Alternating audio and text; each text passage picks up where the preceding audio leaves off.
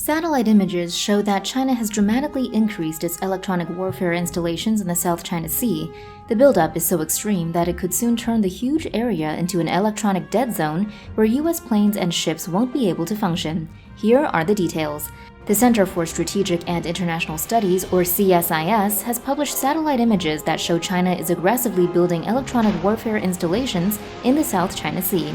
This means that the waterway could soon be an electronic dead zone in which U.S. ships and planes would find it hard to function. The think tank showed that Beijing's artificial island bases at Subi Reef and Fiery Cross Reef now have large communication and intelligence gathering installations. It also pointed out a network of sensor towers between the island of Hainan and the Paracel Islands.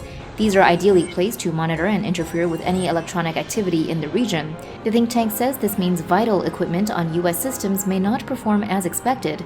Drones could be hacked, navigation signals could be distorted, and data links could be hijacked, while communications could also be intercepted and jammed. In practice, this means that combat planes could struggle to find their targets.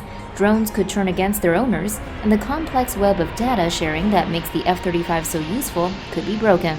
A recent report by America's Brookings Institution stated, "Our military systems are vulnerable. We need to face that reality by halting the purchase of insecure weapons and support systems, and by incorporating the realities of offensive cyber attacks into our military planning." The U.S. is sending a large force of its powerful F-22 stealth fighter jets to the Western Pacific as tensions with China increase daily. The move is seen as a warning to China to curb its aggressive actions around Taiwan and in the South China Sea. Here are the details. CNN reports that the U.S. Air Force is sending an unusually large force of F-22 stealth fighters to the Western Pacific this month. Approximately 25 F-22s will be joined by 10 F-15 fighters and support planes, as part of an exercise that is meant to send a strong message to China amid growing tensions about China's actions around Taiwan and in the South China Sea. The exercise is designed to spread U.S. combat planes out among airfields across the region to increase their chances of surviving enemy missile strikes. Much of the U.S.'s air power in the Western Pacific is concentrated in two large military installations on Okinawa and Guam. A strike on those bases could cripple the U.S. military's ability to hit back if too much U.S. air power was concentrated there. The new exercise will see crews practicing from smaller, less developed airfields on Guam and islands like Tinian. The new strategy would increase the number of targets enemy missiles would need to destroy and give U.S. air power a better chance of being able to fight back. Like the F-35, the F-22 is a fifth-generation combat jet, which is currently the most advanced class of fighter aircraft in the world. These planes incorporate stealth technologies and connect onboard sensor systems with off-board information systems to give their pilots a detailed view of the battle space. Newsweek reports that China is increasing its pressure on Taiwan and the Biden administration with an aggressive new tactic.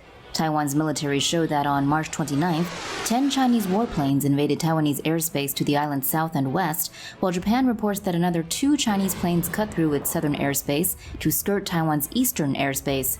A Taiwanese official said that the move was designed to practice cutting Taiwan off from Japanese and American intervention if China carries through on its threats to invade Taiwan. This latest incursion saw 4 Chinese J-16 fighters and 4 J-10 fighters entering Taiwan's air defense zone in the southeast, together with a KJ-500 control plane. A Y-8 anti-submarine plane was also tracked flying all the way from the southeast to the southwest of the zone. Japan also tracked 2 Chinese Y-9 planes, one of which turned to fly along the eastern border of Taiwan's air defense zone. CNN reports that analysts are calling out China's secret maritime militia as it gets increasingly aggressive in its efforts to push other Asian nations out of the South China Sea. China denies that the militia exists, but Western analysts say a quick study of these so-called fishing boats show that they form an integral part of China's military actions. These boats are often huge by fishing boat standards, and they never seem to catch any fish. They have automatic weapons aboard and reinforced hulls, making them very dangerous at close range. With top speeds of around 18 to 22 knots, they are also faster than 90% of the world's fishing boats. Analysts say China is using these weaponized boats to protect large flotillas of normal Chinese fishing boats. In this way, they can quickly bring hundreds of Chinese fishing boats to any disputed island, a flotilla so large that it can't be challenged without triggering a military confrontation.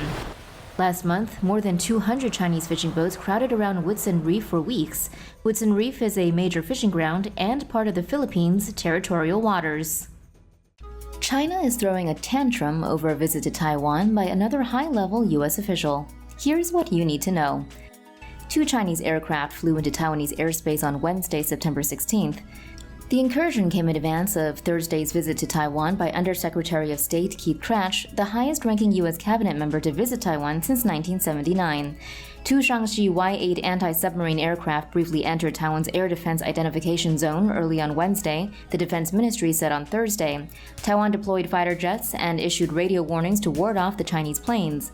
Also on Wednesday, a Chinese warship sailed just 24 nautical miles from Taiwan's east coast before it disappeared early Thursday morning, Taiwan Central News Agency reported.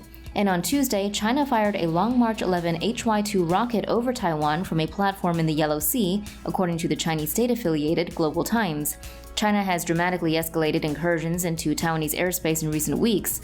On September 9th, 30 Chinese fighter planes and 7 Chinese warships conducted joint air and sea exercises in Taiwan's southwestern air defense identification zone, Taiwan Central News Agency reported. Undersecretary of State Keith Krach is expected to discuss weapons sales during his time in Taiwan. According to reports in the New York Times and Reuters, the Trump administration is pushing the sale of 7 major weapon systems, including cruise missiles Taiwan could fire from its F-16s to hit targets in China. The New York Times identified 5 of the weapon systems in a recent report. These are the AGM-84HK Slammer, an air-launched cruise missile, surveillance drones based on an unarmed version of the Reaper, a truck-based rocket artillery system made by Lockheed Martin, land-based Harpoon anti-ship missiles, and sea mines. Some people shout when they get mad. Others repress their anger for years and go quietly insane. It all really depends on what works best for you as an individual. China, for instance, has invented its own unique method of releasing tension. Whenever it's feeling frustrated with the world, or something doesn't go its way, it threatens Taiwan with military force. Yesterday, in response to the G7's moderate expression of support for Taiwan, it broke its own record for incursions into Taiwan's airspace. Here's what you need to know. 28 Chinese military aircraft entered Taiwan's Air Defense Identification Zone, or ADIZ, on Tuesday, according to Taiwan's Ministry of National Defense, a record since Taiwan began publicly noting Chinese incursions, according to Taiwan Central News Agency. 3 groups of aircraft flew all the way to the southeastern side of Taiwan, a maneuver Newsweek suggests could be rehearsing cutting off Taiwan from U.S. support in the event of an invasion.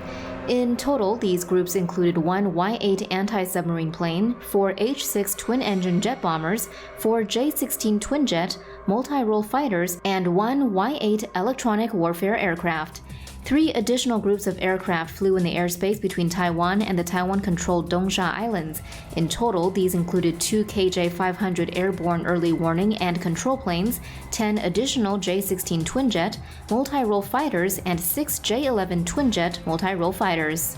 In recent weeks, Chinese pressure on Taiwan has slackened off after air incursions peaked in mid-April, according to Twitter updates by Taiwan's Ministry of National Defense. The previous record for incursions was set in mid-April, with 25 aircraft flying into Taiwan's air defense identification zone. Tuesday's escalation could be seen as a response to a G7 communique made last week. It emphasized the importance of peace and stability across the Taiwan Strait and encouraged the peaceful resolution of cross-strait issues. Former Taiwan Defense Minister Andrew Yang supported this view, telling Taiwan Central News Agency the incursions could be seen as demonstrations of China's ability to carry out joint maneuvers, while also signaling to the international community that it will not retreat over sovereignty issues. Internally, one senior analyst at the government-funded Taiwanese Institute for National Defense and Security Research added that the PLA's maneuvers could be an attempt to appease militarily inclined groups and nationalists in China. So where does China go from here? Well, Beijing maintains that Taiwan is its territory and there are increasing reasons to think it would use military force to gain control of it. An article in Foreign Affairs magazine cites conversations with various academics in claiming that Chinese President Xi Jinping wants the acquisition of Taiwan to be part of his legacy.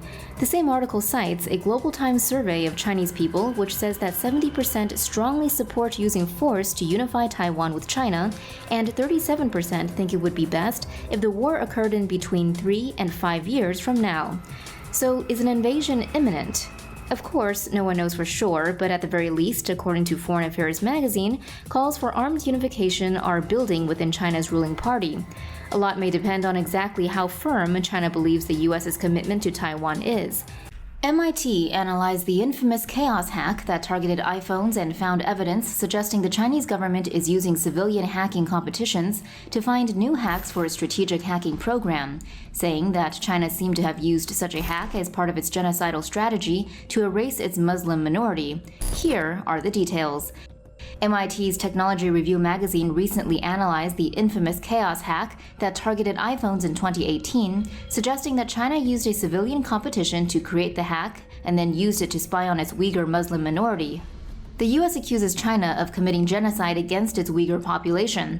The magazine linked the hack to a statement made in 2017 by the CEO of the Chinese cybersecurity giant Qihoo 360 when he said Chinese hackers should stop participating in international hacking competitions, as such competitions give tech companies the chance to fix the hacks before China could use it to spy on people. The Chinese government agreed, forbidding its hackers to participate in such competitions. The next year, the first Tianfu Cup competition was held in China, where citizens are forced by law to help Chinese spy agencies.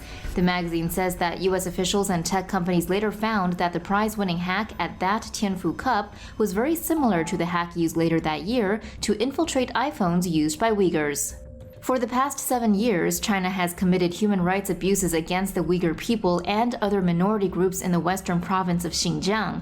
Well-documented aspects of the campaign include detention camps, systemic compulsory sterilization, organized torture and rape, forced labor, and an unparalleled surveillance effort. The US and a number of other countries have called the actions a genocide. For more news animations and explainers, hit the subscribe and bell button to join the TomoNews family. Thanks for watching.